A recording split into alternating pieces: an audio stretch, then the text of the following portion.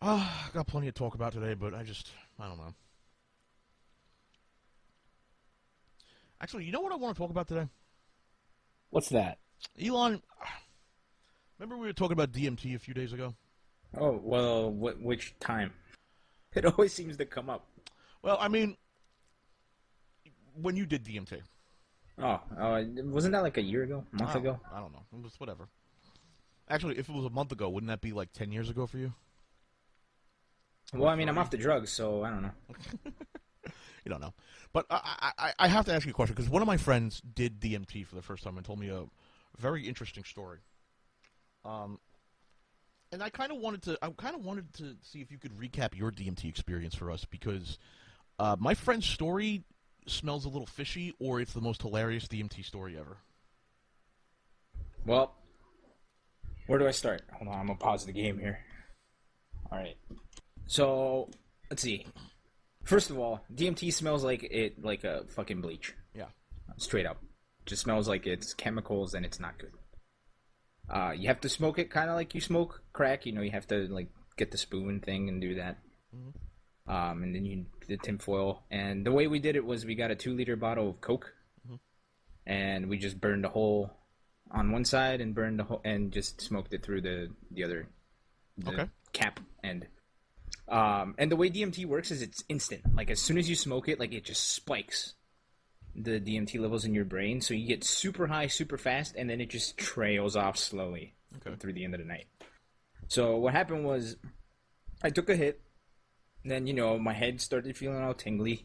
It was great. I closed my eyes, let my imagination take over, went through a trip through space, met some aliens. It was pretty cool. And it was really vivid too. Like there were lots of colors, there was lots of cool stuff, and this was all with my eyes closed.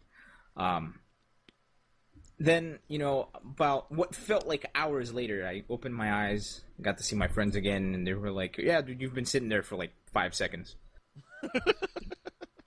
Yeah. Wow.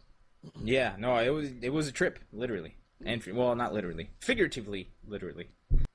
But anyway, so you know, I was still kind of feeling tingly, but like I couldn't go on a trip anymore, so I decided to take another hit, and this time I didn't close my eyes, and a friend of mine drew a ton of stuff on his wall with glow stick fluid.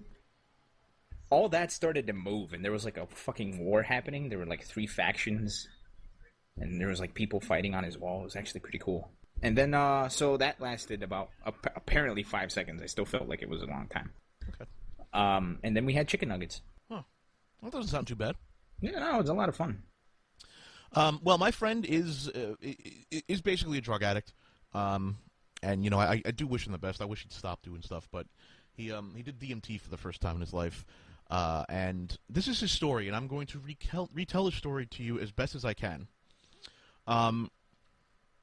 He was in his friend's house, who was in the baby room. The baby room was the room they made in case they had a baby. And I wish I could explain this to you any other way besides that they're really fucked up in the head, and they made a baby room. And they keep a baby room in the event that they have a baby. But they don't want to get pregnant, so they're never going to have a fucking baby. At least they're prepared. If that sounds like meth heads to you, you're correct. But hey, they're prepared, you know, Boy Scout motto.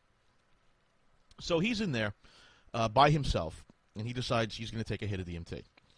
He tells me the following story. He said in the baby room he had communed, he heard an angel's voice. And he looked up into the heavens, and he saw an angel come down. He doesn't know which angel it was, but he said he communed with an angelic being, a being that he said, by the way, was the Cookie Monster.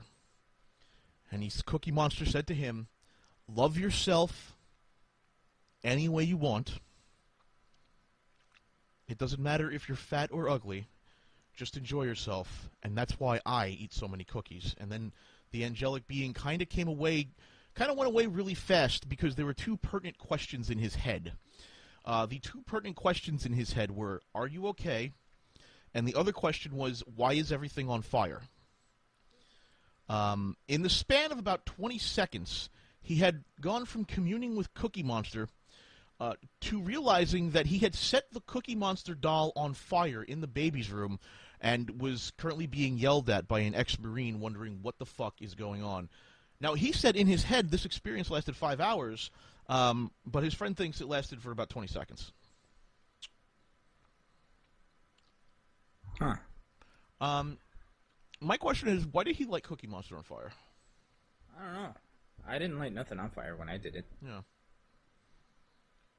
He almost burned the house down. Well, I mean, he did. I'm with you up until the part where he noticed shit was on fire. Well, he only noticed shit was on fire because a friend ran into the room. His friend, the person who owns the house, ran into the room and was yelling at him. And this is the way he explained it to me.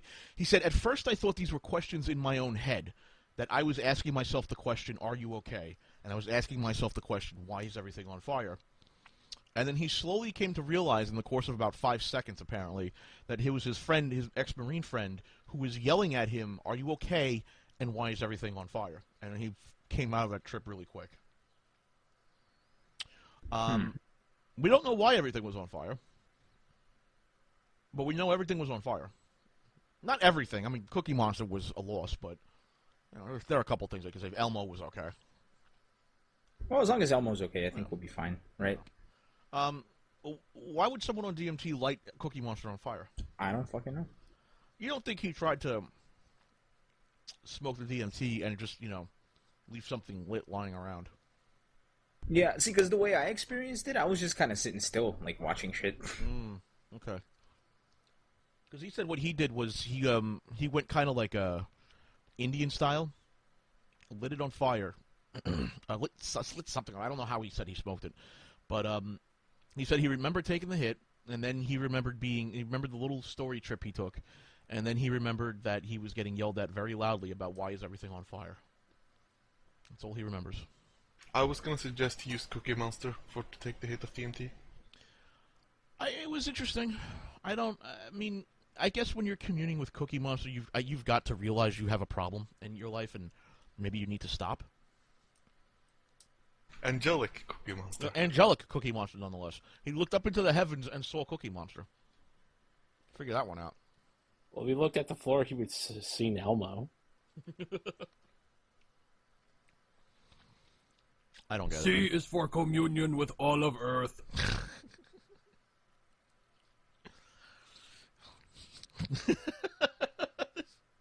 Cookie Monster. This is my body.